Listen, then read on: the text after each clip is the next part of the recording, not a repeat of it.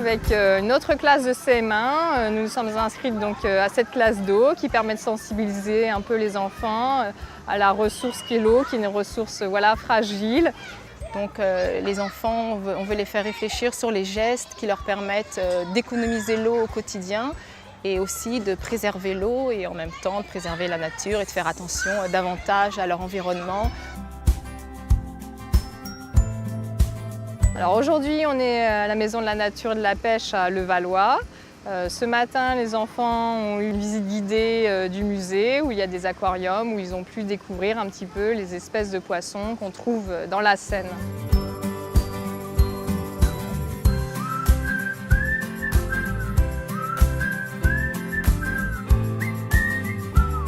Les poissons ici, ils vivent dans une eau. Alors si je vous demandais par exemple, c'est quoi comme eau ça? Vous me diriez quoi? De l'eau douce. Alors, c'est de l'eau douce, tout à fait. Donc on va essayer de regarder ces poissons-là pour essayer de voir les grandes différences qu'il y a entre notre corps à nous et le corps de ces poissons.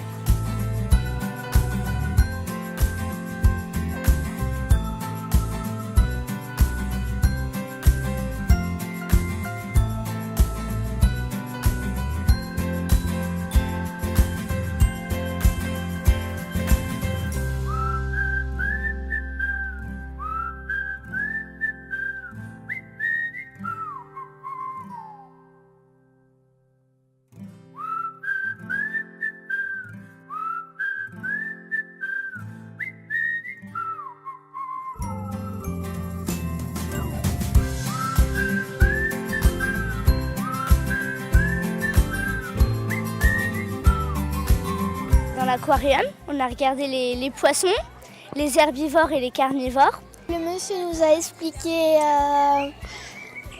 certains poissons. Il nous a dit combien ils avaient dedans. Il y avait une grande bassine, on pouvait mettre le doigt dans l'eau et après les poissons ils venaient. On les a touchés, il nous a fait des bisous. Ouais. Il y en a qui sont lisses, il y en a d'autres qui sont gluants. Ils nous ont inspiré le doigt avec leur bouche. Et ça c'était drôle parce que c'était gluant. Moi ce que j'ai préféré c'est de voir les poissons. Il y avait des poissons chats, on a vu une anguille et J'ai vu des écrevisses, des tortues. Alors cet après-midi, on se balade sur les berges de la Seine et un guide va un petit peu nous présenter les espèces de plantes et d'animaux qui vivent sur les bords de la Seine.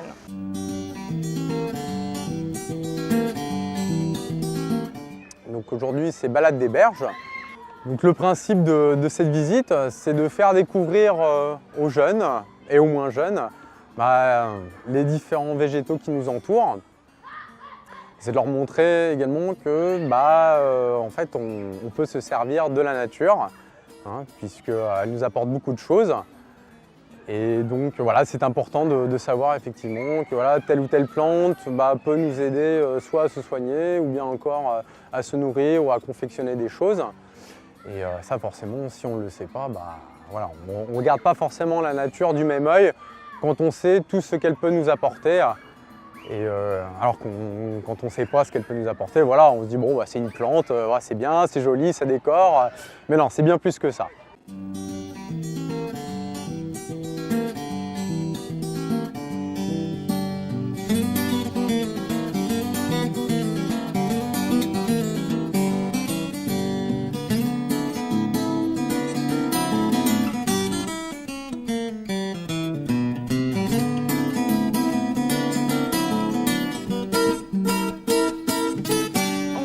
observer la nature pour voir comment elle est faite. On est allé voir la nature et des animaux des bords de l'eau.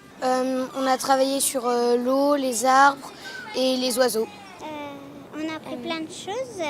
On a appris des choses sur les arbres, par exemple dans leurs racines, il y avait les petites bêtes qui venaient faire leur nid. On a appris que il y avait des plantes qui étaient médicinales. On a vu aussi qu'il y a des arbres qui aspiraient la pollution, qui aspiraient l'eau quand il y avait des dégâts. Il nous a montré une écrevisse. On l'a même touchée à un moment. Ça chatouille. Et moi, la chose qui m'a le plus que j'ai le plus aimé, c'était toucher l'écrevisse. Moi, j'aime bien être dans des espaces verts comme ça. Au niveau de la classe d'eau, les enfants ont appris à connaître le fonctionnement de l'eau dans leur ville. Ils ont appris d'où venait l'eau potable qui arrivait dans leur maison et qu'ils consommaient. D'ailleurs, nous allons visiter la CEFO, qui est la station d'eau potable de notre ville. Ensuite, nous allons aller sur les bords de Seine, près de l'île Nancy, qui est à Andrézy, pour découvrir la passe à poissons. Lire les panneaux pédagogiques qui sont installés sur l'île. Nous allons aussi rencontrer des pêcheurs sur les bords de Seine. Les enfants vont apprendre des techniques de la pêche. Alors il y a une partie aussi dans les classes où on fait des expériences pour voir justement comment on peut nettoyer l'eau. Le but c'est que les enfants manipulent aussi. On parle de l'eau dans toutes les matières. En géographie, on étudie la Seine, le fleuve, ses affluents. On travaille au niveau des arts visuels sur les impressionnistes. En sciences, on va faire aussi les mélanges. On va travailler également en mathématiques sur les volumes. En anglais, on va faire le vocabulaire de l'eau.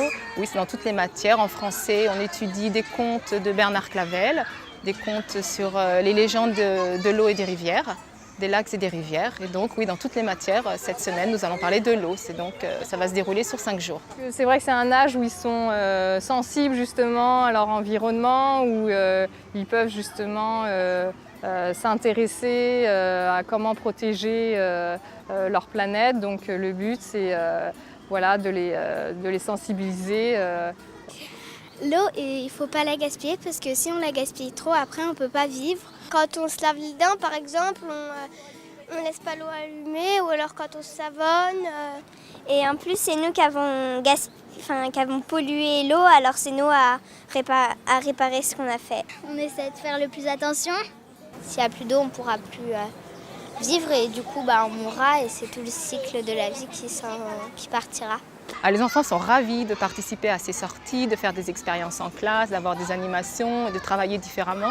C'est la 2e année sur l'école de Nouval-d'Andrézy que nous effectuons une classe d'eau. Oui, ça donne envie de continuer le projet et pourquoi pas de le refaire l'année prochaine, oui.